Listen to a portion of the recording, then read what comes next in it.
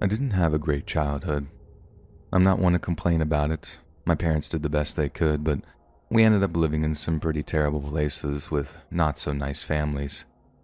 Then, right around the time I started secondary school, the kids I was hanging out with at the time started smoking cigarettes. Yeah, they were like 11 or 12 and they were smoking. Not just taking performative puffs on sticks either, I mean full on smoking like troopers. And being the divvy that I am, I joined them on more than one occasion, and they basically taught me to smoke out by this old World War II pillbox. Then one time, we all go out to the pillbox and this kid gives us all a ciggy from the pack he'd stolen from his mom. I thought he was being a bit generous, but I wasn't one to complain. I just didn't think I could finish off a whole cigarette on my own, since just a few drags on one had me feeling pretty woozy the previous few times. But I figured, a few tokes, I can peg it out, smoke the rest of it later. The next thing that had me kinda suspicious was how weirdly loose the cigarette seemed, almost like it had been tampered with somehow. Now, I know, huge alarm bells are going off in the head of every right-minded person listening, but honestly, at like 11 years old, I couldn't even imagine what it might have been tampered with. I was really naive. I didn't know what hash or Mary were. I didn't know about anything other than ciggies and beers. So I'm looking at this ciggy and then I look up at the lad who gave it to me and I remember asking, have you done anything to this ciggy? He says no. I say okay, then light up and start puffing. Immediately I start coughing, but my friend reassures me that it's just the last one in the pack. I'll never forget that. He said it like it was totally normal to have one loose, scrabby ciggy in the pack, like it was tradition or something. So I tried a few more puffs, but started coughing again. So I gave up on trying to smoke it, tossed it away, then asked for some of my friends. I know something was definitely going on when he seemed annoyed that I'd thrown away my ciggy, and just when I was trying to work out what he might have done to it, I started feeling very, very funny indeed. Everything started to tingle. My eyes felt all puffy and my vision started to Ferris wheel, with each eye going in the opposite direction. I tried to talk, but words just wouldn't come out and my tongue felt like it was swelling up in my mouth, and suddenly I just got so thirsty I could barely think about anything else. Then no matter how many deep breaths I took, I just couldn't seem to get enough air, and suddenly I found myself lying in the grass. Like I literally couldn't walk. I had no idea what was going on, and when I started begging my friends to help me, they looked terrified and just ran away like I was dying or something. I can't stress this enough. I really did think I was about to die, even when my dad rushed onto the scene to take me back home. My so-called friends had been decent enough to run and get them, but all they said is, Pete's feeling sick and Pete fell down. Just a vague idea of what was actually going on. So, my dad's scared and I'm so terrified I'm just in tears when he picks me up, goes to run off and stops. I remember how he sniffed my clothes and hair all studiously for a moment, and I almost started to get aggressive with him because I remember I was so frustrated that we stopped moving.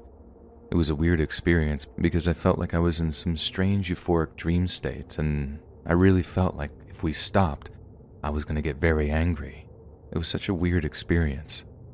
And it was at that moment that he rushed me to the hospital.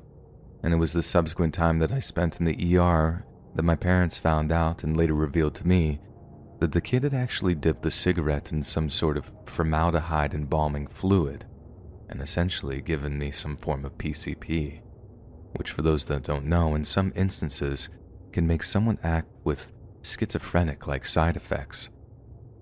My parents said the doctor said I was really lucky that I didn't continue to smoke, as it may have had even more serious side effects, even though, as time went on, I still felt very on edge in my time at the hospital and after the time I got out. My dad told me it freaked my mom out so much that all she wanted to know was how a kid my age had gotten his hands on that stuff, and I was forced to tell them about my friend, in which case the police visited his house, forcing his hand to reveal that he'd seen his younger uncle that lived with him using that stuff prior.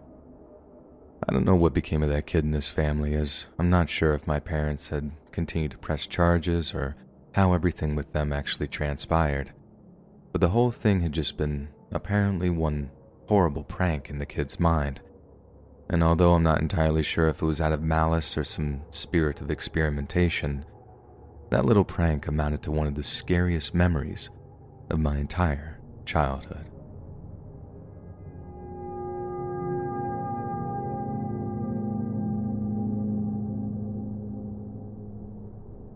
I grew up in the super middle class area of my hometown, all townhouses and nice restaurants, but it bordered some really rough neighborhoods.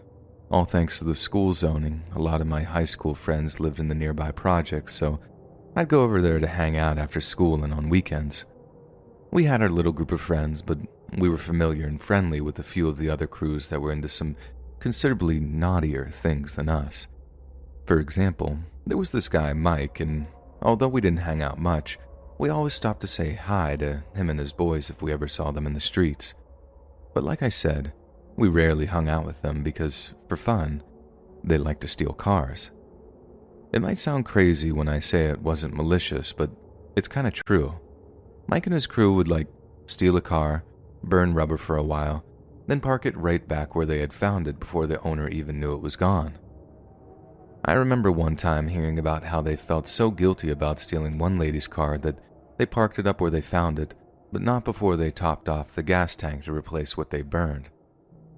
They were crazy like that, but they weren't bad guys, and besides, we were just dumb teenagers at the time, so we thought that it was just cool to do.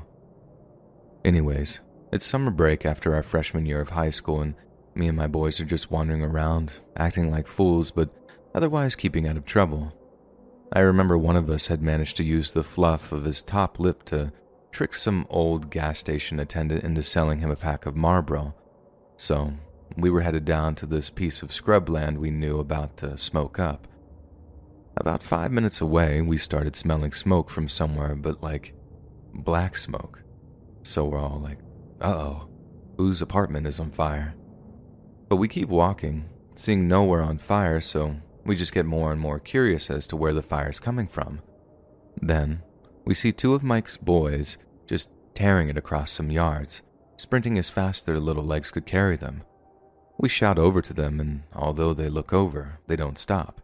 They don't look happy to see us like they usually would. They just keep running. So immediately we're like, oh God, what hood rat stuff have they been up to?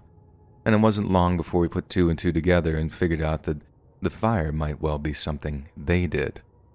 Then right as we get to the desolate plot of land we'd been planning on going to, we see it. Just this ball of flames under a brick wall. Then when we get closer, we realize the fireball is actually a burning car. We were pretty shocked. I'd never heard of them doing anything like that before.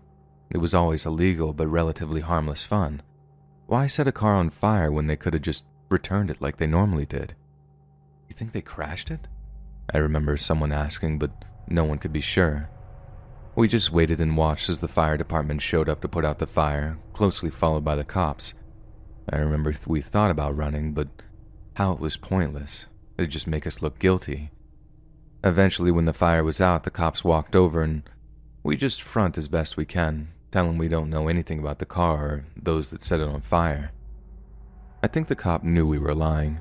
I suppose you just get good at picking up on them when you hear so many, because he just acted like we were withholding information, telling us that we'd be in a lot of trouble if we were protecting the guilty party. And we just shrugged it off.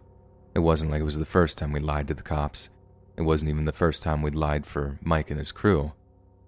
But then out of nowhere, the other cop comes over to see how it's going, and his partner's like, these kids know something all right. They're just tight-lipped. Then when the other guy responded, our response told them all they needed to know. Don't want to snitch, huh? The other cop said. Well, as long as they can sleep at night. Because whoever's kid is burnt to a crisp in that thing isn't going to be sleeping for quite a while. I remember the sinking feeling I felt in that moment, how the color must have drained from my face because I could feel it leave my face. One of Mike's boys had been in that car when it caught fire. The other two just ran when they found that they couldn't pull him out. Then get this. We came to find out that the kid who burned to death in the car was Mike himself. He'd been the driver, and the front end of the car had basically pancaked when he'd apparently deliberately crashed it into a wall. What he did that for, I don't know. Maybe he was high or something, but either way, his legs got trapped. The car caught fire, and he burned to death.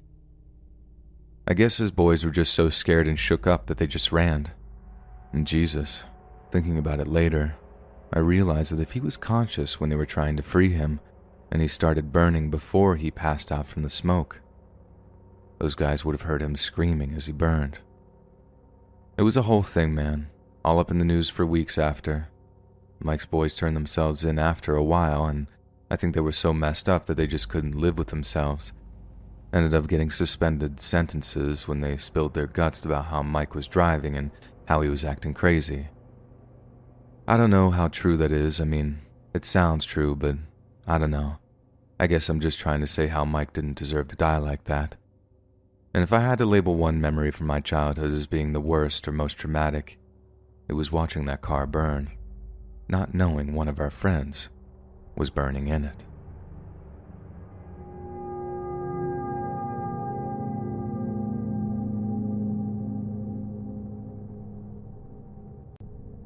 September 2010. My boyfriend Dave, his best friend Tony, and my best friend Liz and I were all coming back to our hometown for our final year of college after spending the summer in London.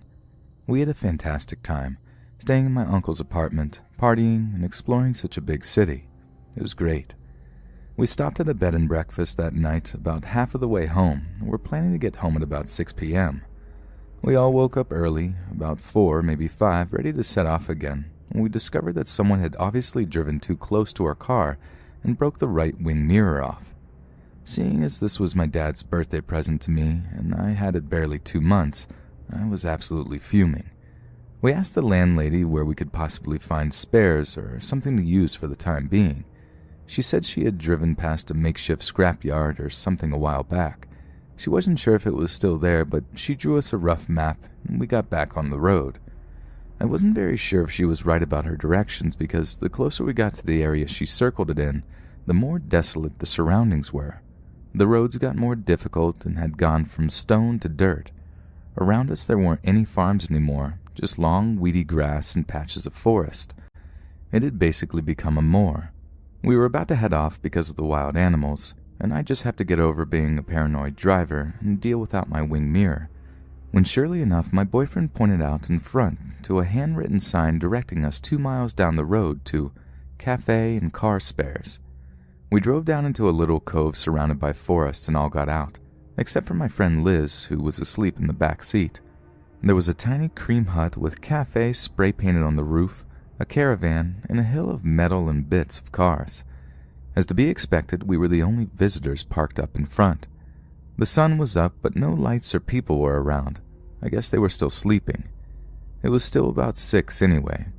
We all walked up to the scrap pile, and I had to fumble through it, looking for a wing mirror or any sort of mirror that could do for the time being until I could get it repaired.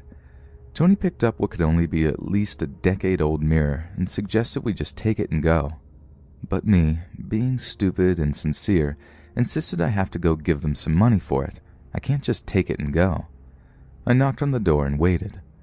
A big, hard-faced man answered the door and at first looked angry and tired, then smiled at me a two-toothed smile. He leered at me for a few seconds, then, seeing the boys approach, asked us what we wanted. Tony handed him the mirror and asked how much for it. He said nothing, just to get to know us, to which I thought fair enough. 2 more men then left the patio door on the other side.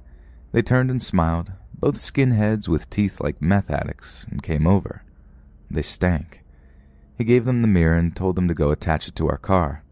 He then introduced himself as Ian, sat us down on the patio chairs, and offered us some sandwiches. I politely declined, but he insisted we must be hungry, and told me to come in, that women are best at making sandwiches. I declined again, finding him a little bit sexist at this point, and when he asked again, Dave more sternly reinforced that I said I don't want to come in. Ian muttered something and then came and sat on the chairs with us. It became awkward very quickly as he started asking questions. It started off innocently, like asking us how old we were, where we were from, and then became a little more uncomfortable. He asked if I had a boyfriend, to which Dave answered, and then started asking us both what we liked to do to each other, private stuff like that, to which we didn't answer. We sat in silence until we heard Liz scream. When we turned around, I saw one of the men meant to be fixing the mirror with his hand in the back window grasping Liz's leg. The other was looking around nervously behind the car. We got up immediately and sprinted off the patio, Tony running after the guys, but they both headed into the forest. Liz was hysterical. She'd woken up to find herself on her own in the car and a man's hand running up her leg. I can't even imagine how terrifying that must have felt.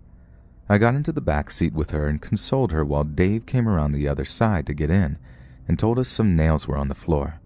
We looked over and there were about 12 of them arranged around the tire, like the guy was ready to pop them.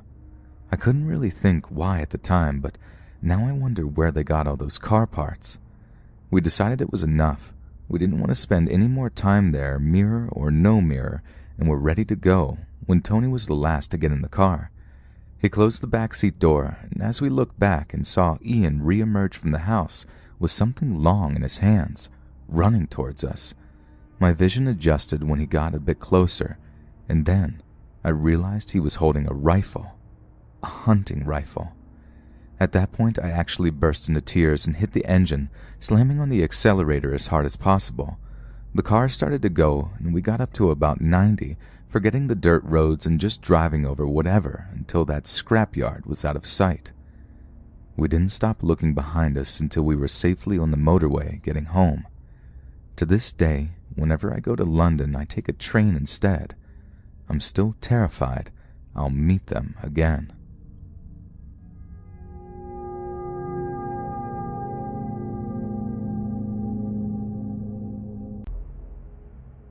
When I was 19, I worked for a company that allocated labor to rural areas of Australia.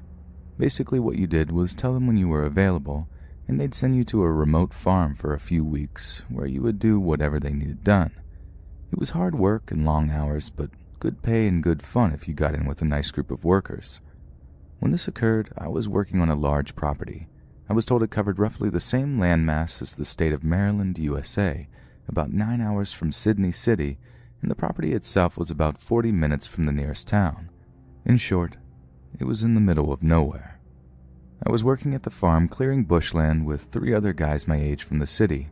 Our boss was a guy called Jeremy who owned the farm and supervised us while helping out with the work. He was pretty laid back and was generally really good to us. This summer in particular was very hot and the work was hard. So one day when the temperature hit about 38 degrees Celsius or 100 degrees Fahrenheit, Jeremy decided to give us the afternoon off. He said he knew of a water hole on the farm about a 25-minute drive north.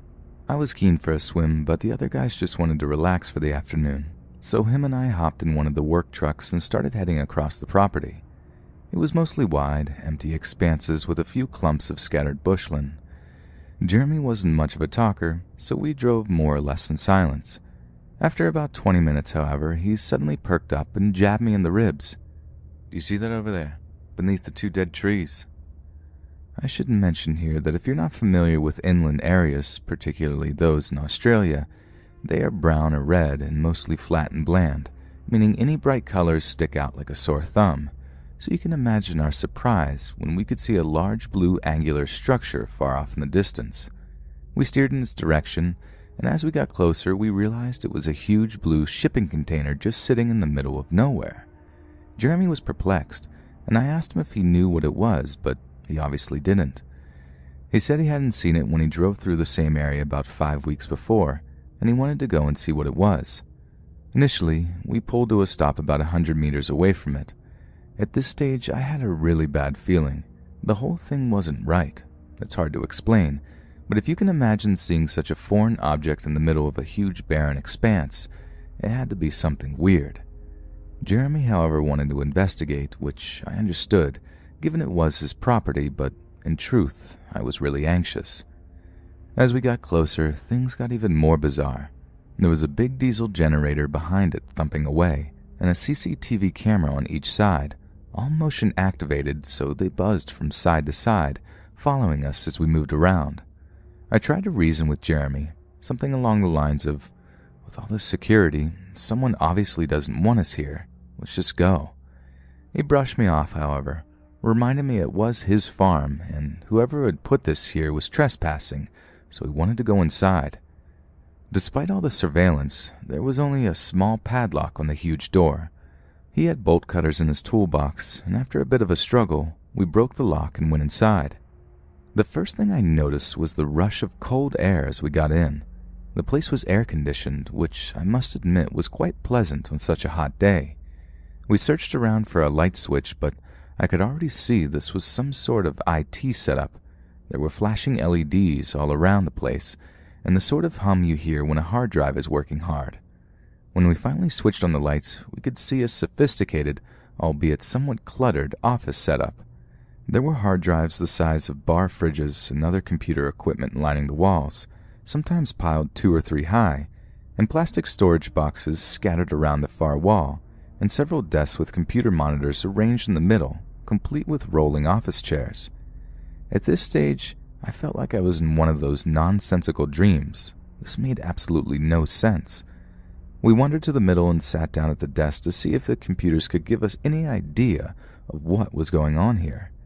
My heart was racing, and I just wanted to bolt. We had been seen by CCTV, so if anyone was monitoring, they already knew we were here. Jeremy, on the other hand, was adamant we had to get to the bottom of this, so I put on a brave face and started looking through the computer. This went on for a while, but in short, neither of us had a very high grasp of technology outside of Facebook and Microsoft Word. The best I can describe it from my lay position is that it was endless lists of computer talk. It was like how the old Napster or LimeWire download screens look like, just constantly picking up and receiving data, then recording it on several windows. I gave up on the computers and walked cautiously over to the far end of the container to the big pile of storage boxes. By then I was pretty sure no one else was there, as there was nowhere to hide really, but I was still incredibly on edge. I decided, against my better judgment, to see what was inside all these boxes. My brief sift through this box still makes me feel sick to my stomach. It didn't take me long to realize that this box was full of posters, DVDs, and photos, all of explicit and hardcore child X-rated material. One thing that still gets to me is that it was all neatly ordered into folders and small boxes. These people were organized. I immediately recoiled, jumped up, and ran over to Jeremy. I could hardly string a sentence together. I said something to the effect of, "Mate, get out. Dude, child, what? Just get out of here, dude." I dragged him out, composed myself, and managed to explain what I saw. We jumped back into the truck and sped back to the house. The farm had no mobile phone reception. We hadn't bought the satellite phone, so we had to get back to the landline to call the police. Once we called them, they still had to make it all the way to the farm from the nearest police station, which was in a town about a half hour from the town closest to the farm. As I mentioned, very remote. We waited, talking frantically about what we'd seen, until the cops arrived almost an hour later. They arrived with 2 four-wheel drives, and we jumped in and led them back. This is where it gets worse. By the time we got back, the container door was open, and there was fire inside. We had only 2 small extinguishers in the cars, and they did very little. The fire department took an hour to get there, which, by that stage, most of the damage was already done. An arson report by the federal police found almost no evidence of the computer equipment described, and only traces of paper and cardboard. This means that whoever ran it knew we were there and had time to come and remove most of it and get away.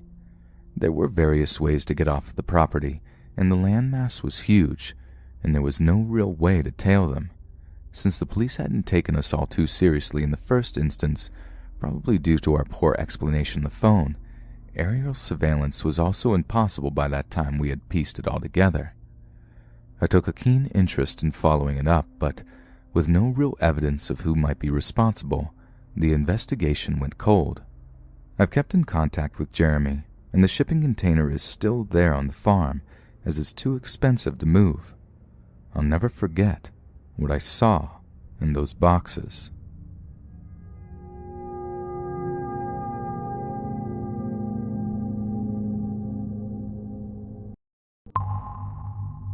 Snapchat was still pretty new when this story took place. It was sometime in late 2011.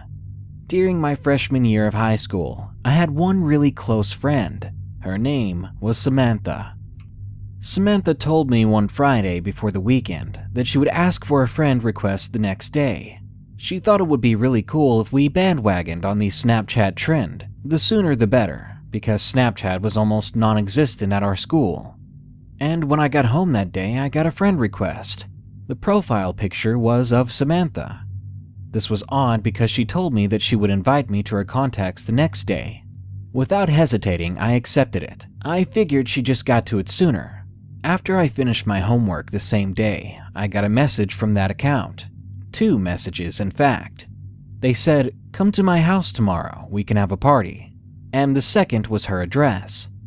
I was really happy as I never went to her house before. We had just met earlier that year. And besides that, I wasn't often invited to parties. The address she gave me was to a house nearby, so I decided to walk over the next day. When I actually saw the house, I checked Google Maps multiple times to make sure I was led to the right destination. Because this place was very messy, and the windows were covered in those thank you bags you get at markets. Something didn't seem right. It was very modest for Samantha's family, yet we attended a private school. I realized the address was correct, so I knocked on the door, although I was a bit hesitant. It opened very quickly, and a man greeted me, almost like he was expecting me. He was about 6'3" with blonde hair. He really didn't look anything like Samantha, who was a short, black-haired girl. I asked if they were related. He simply said, "Yes." It was in a very plain and odd voice. Then I asked him about the bags on the windows, and he said it was because construction workers were still renovating the house. Before I could ask or say anything else, he beckoned me inside, moving aside so I could go through the doorway. I entered the small house. Sitting near a frayed couch was a large terrier, which he said they just bought a few days before I arrived. He told me to sit down while he went to get something. I checked the time on my phone, but the moment I grabbed it, it vibrated with a message. It was a notification from Snapchat. It was Samantha. It said, "Here is my Snapchat." And I thought things couldn't get weirder. She'd already sent me a request. Did she make another profile? Why would she do that? So immediately, as confused as I was, I messaged her back. "Your house is so weird. Where are you?" I said. "House?" she asked. "I have an apartment." My heart sank in my chest. Surely she was pulling my leg, just making a joke on me or something, I thought. "That's not funny," I messaged back. "Your dad's home. Where are you?" She didn't answer for a few seconds. Finally, after what felt like an eternity, I got an answer. An answer that confirmed everything. "What are you talking about?" it said. "My mom's been single for a while. I'm waiting for you by the door. Where are you?" I lower my phone, eyes wide and breathing funny. What do I do? Did I really just walk into a stranger's house? A stranger that had laid bait for me? That's when I hear whispering from another room. The man stepped out of the room with 2 other men. One was holding a thick black bag with his hands. Fully assuming the worst, I sprinted out of the house as fast as I could. Not once did I look back, even as I heard the footsteps behind me. Eventually, they faded away. I didn't stop running until I got back home, until I was inside the house with the doors locked. Once I finally got a breather, my chest never burned so bad before. My mom and dad looked worried when they saw me, and they needed an explanation. In between breaths, I tried to tell them. They got the gist of it, and they called the police. When the police got there, they were gone. That house had been abandoned. There should have been no one living there. 3 weeks ago, someone added me on Snapchat called Addergreen. I thought nothing of it at first, but then a few days later I got a bus to the gym since I couldn't be bothered to walk. It's 4 miles away, so it's alright to take the bus. Sitting at the front with my headphones in, listening to music to make the journey that less bit boring. From the bus stop to the gym, I was messing around on my phone when I noticed I had a Snapchat from Addergreen. It was only on for a few seconds, but the Snapchat was a picture of me sitting on the bus. No text, just me. It was taken from a few seats behind and shown the back of my head and some of my hoodie. I instantly knew it was me, and I felt my stomach drop. I bombarded them with Snapchats. They were opening my Snapchats but not responding. They got more aggressive because I was getting more and more pissed off. For example, "Who is this? Who are you? Answer me. For fuck's sake, just reply." You get the drift. After about a week, I got nothing, so gave up and thought one of my friends was being a dick. Then Snapchat number 2. Didn't screenshot this one either. I know I'm a moron, but I was drunk. Me and some mates were in a club in my local town, and this time someone Snapchatted to me a photo of myself at the bar. They were literally standing right next to me at the bar. I opened it the next morning and felt sick. Again, it was only for a few seconds. My friends were next to me in the photo, so that eliminated the possibility of it being one of them fucking with me. About 30 minutes ago, I got another Snapchat. This time I was ready and sober enough to take a screenshot. I've been indoors all day. I was curious what it was. That is my house, my bedroom window, and my name. I received this as I was lying next to my window on my bed watching Game of Thrones. I feel sick. Their Snapchat stories are equally as fucked up. Update number 1. I sent them a snap saying, "Are you fucking serious?" And they screenshotted it and ignored me. Update number 2. Got another brick wall Snapchat, only on for literally a second though. Update number 3. Fuck. Lying in bed watching Game of Thrones and I just got this. I'm fucking done. Update number 4.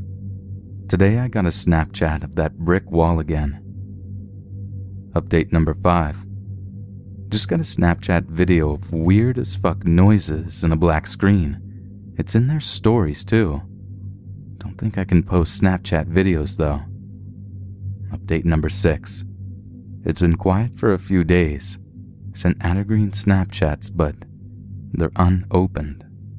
Who is this shithead? And what does he want with me? This happened last year when I was 14. There's this dating app for teenagers. I used it as more of a joke. It was connected to Snapchat, so whenever you matched with someone, you would add them to Snapchat so you could continue talking to your match. As I said, at first I was using it as a joke, but then I matched with this really good-looking guy, and I thought, well, would it hurt to try? So I accepted his request to be my friend on Snapchat. I sent a shy hi to him and waited for a response. It took him about 2 hours to respond, and the only thing he sent was a blank black picture. I didn't think too much of it, and I continued on with my day. But the next day I get a message from him, a picture of a very familiar thing. My school. It was only a little jarring, but I figured he probably went to the same school and we had just never met. Then my phone began to vibrate like crazy during a class. To give a little perspective, we have glass doors and windows. They look out into the corridors during class, and when I checked my phone, I saw maybe 15 pictures sent to me from the same guy. They were pictures of me sitting at my desk in the classroom. The pictures kept coming. They seemed to have been taken from outside that window next to the door. When I looked over, I saw someone standing there, just outside that window. He had a phone in his hand, and he was pointing at me. Whoever it was wearing a black hoodie. The hood covered half of his face, and the other half was pale, and he had a sharp jawline. I could see thin lips curved into a grin. And I saw my friend. She was looking at him too, and her face turned red, and she began to shake. We were the only ones who saw them, because as fast as we tried to say something, the figure was gone. My friend stood up from her chair and went to the door to open it. It caught my teacher's attention, and we had to explain what we were doing. We had to tell them what we saw. My teacher went out herself to look for whoever this was, And then she even told the office. They let out a message over the speakers, telling everyone to look out for this man.